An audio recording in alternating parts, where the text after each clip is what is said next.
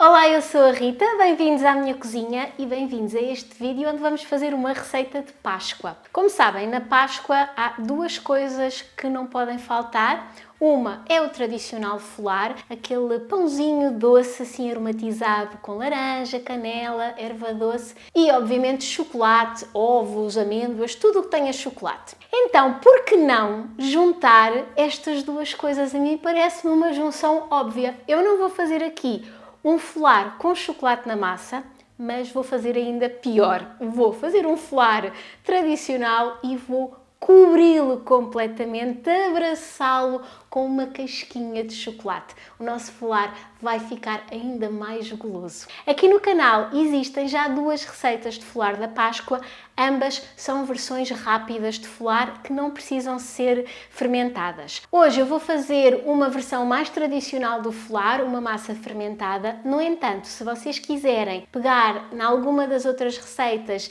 de folar rápido, até vou deixar aqui o link para uma delas, e usarem esta mesma ideia de cobrir com chocolate, estão perfeitamente à vontade. Agora, vamos tratar deste folar porque a Páscoa está mesmo aí à porta. Para a massa do folar vamos precisar de farinha tipo 65, que é indicada para massas fermentadas, açúcar amarelo, ovo, manteiga, leite, sal, laranja, canela e erva doce para aromatizar a massa e depois fermento padeiro. Ou 12 gramas de fermento padeiro fresco, ou então 4 gramas de fermento padeiro granulado, que é o que eu vou usar. Quando vamos usar fermento granulado, usamos sempre 1/3 da quantidade que usaríamos de fermento fresco. Se tiverem uma batedeira de mesa, esta é uma receita relativamente fácil porque vai tudo junto. A primeira coisa que eu vou fazer vai ser aquecer o leite para que fique bem morninho e depois vou colocar na tigela da batedeira a farinha, o açúcar, o sal, as raspas de laranja, as especiarias, canela e erva doce. Podem colocar outros aromas que sejam mais da vossa preferência. Damos uma mexidela, juntamos agora o ovo, a manteiga amolecida e o fermento. Se vocês estiverem a usar fermento fresco, vão usar o leite morninho para dissolver o fermento fresco e juntam tudo à massa. Neste caso, como estou a usar fermento seco, eu vou juntar o fermento seco diretamente na massa e de seguida o leite. Depois vamos amassar esta massa. Como vos disse, se tiverem uma batedeira de mesa é muito simples, com o gancho numa velocidade média-baixa, vão amassando durante cerca de mais ou menos 7 a 10 minutos até que a massa fique bem lisinha. Eu já vos vou dar uma alternativa de como amassar a massa à mão. Se não tiverem uma batedeira destas, as outras batedeiras de mão não vão fazer este trabalho, não são aptas, já vos vou ensinar como é que vão amassar. Quando a vossa massa já estiver bem lisinha e elástica, passado mais ou menos então os 7, 10 minutos, vão fazer o seguinte teste. Vão retirar uma porção da massa, mais ou menos assim como se fosse um berlinde grande, e vão fazer uma bolinha com essa massa.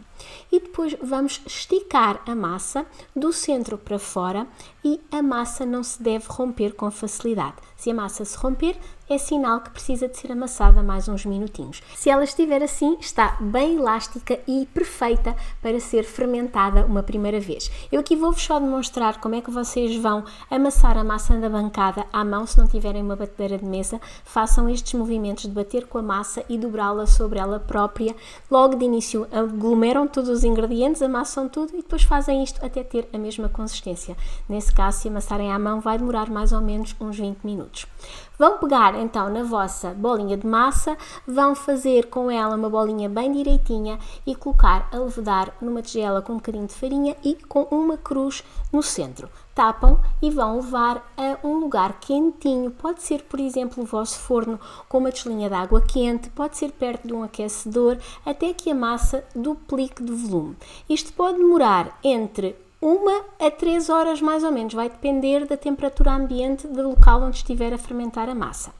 Quando a massa duplicar de volume, vou-lhe dar assim um murrinho, como eu fiz, para retirar o ar e dar assim uns apertões. Não é para amassar a massa, é para retirar aquele ar que a massa criou ao estar a fermentar. E eu aqui vou usar esta massa para fazer um folar grande e um folar pequenino, para vos demonstrar que também podem usar a massa para fazer folares pequeninos. Mas vamos pegar no pedaço grande da massa e transformá-lo então no folar grande.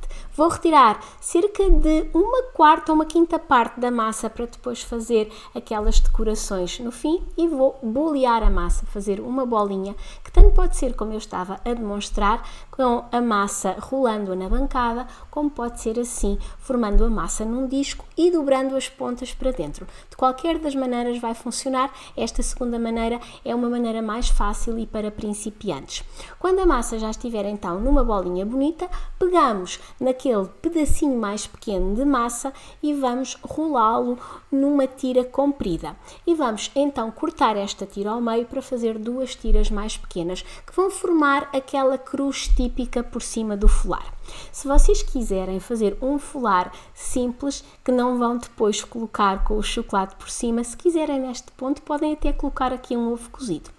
Para que estas tiras colem bem à massa, vamos pincelar com um bocadinho de leite ou até pode ser água.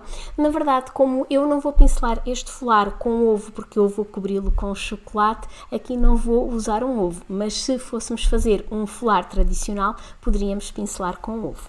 Agora é só sobrepor as tiras para fazer o formato de uma cruz, aconchegando muito bem com as mãos, sobretudo na parte de baixo, para que essas tiras fiquem presas por baixo da bola principal. E agora, com aquele pedacinho de massa que eu roubei ao início, vou aqui demonstrar como fazer um folar pequenino. Com esta massa vocês vão conseguir fazer 6 folares pequeninos ou então um grande ou 3 médios. Na verdade, podem fazer o número de folares que vocês quiserem. O processo é igual, fazer uma bolinha, pincelar e depois, antes de fazerem a bolinha, também retirarem um bocadinho de massa para depois rolarem numa tira que vão cortar ao meio para fazer duas tiras que vão sobrepor por cima. Ou então podem fazer folares com outros formatos, este é apenas um formato típico.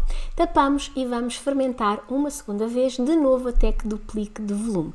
De novo pode demorar entre 1 a 3 horas e o que nós queremos é que a nossa massa esteja assim bem crescida, fofinha. Uma maneira que vocês podem ver que a massa também já está fermentada é tocando e a massa vai voltar ao formato inicial e se abanarem muito ligeiramente o tabuleiro, veem que os vossos folares também abanam. Cozem em forno pré-aquecido a 180 graus durante cerca de 20 minutinhos até estarem com este aspecto bem douradinho, soarem oco quando vocês baterem com os nós dos dedos. Estes têm um ar assim um pouquinho mais rústico do que o habitual porque não foram pincelados com ovo, por isso não estão brilhantes. Aqui temos o grande e o pequenino, ambos muito fofinhos, e vamos deixar arrefecer completamente antes de cobrir com o chocolate. Eu tenho aqui 200 gramas de chocolate de leite, podem usar o chocolate que vocês preferirem, de chocolate de leite, branco, negro, e vou derreter no micro-ondas pouco a pouco até que o chocolate esteja completamente derretido e bem lisinho. Agora o que vou fazer é pegar nos meus folares e colocar numa grade de arrefecimento, vai ser bastante mais fácil, e vou colocar também o tabuleiro com o papel vegetal por baixo, porque assim vou poder reaproveitar o chocolate que cair.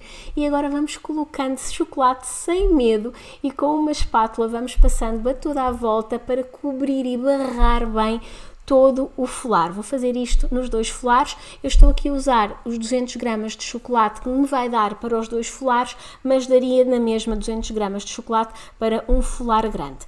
Quando já tivermos os folares praticamente todos cobertos, vamos pegar no tabuleiro e vamos abanar. Isto vai fazer duas coisas. Vai fazer com que escorra o chocolate em excesso e vai ficar o chocolate mais lisinho por cima e assim vai revelar melhor o formato do nosso folar e a camadinha de chocolate vai ficar também uniforme. Quando o chocolate já estiver sequinho e se quiserem e couber, podem colocar no frigorífico para acelerar esse processo. Está prontinho a comer ou a embalar se quiserem oferecer. Nem imaginam o cheirinho que ele tem.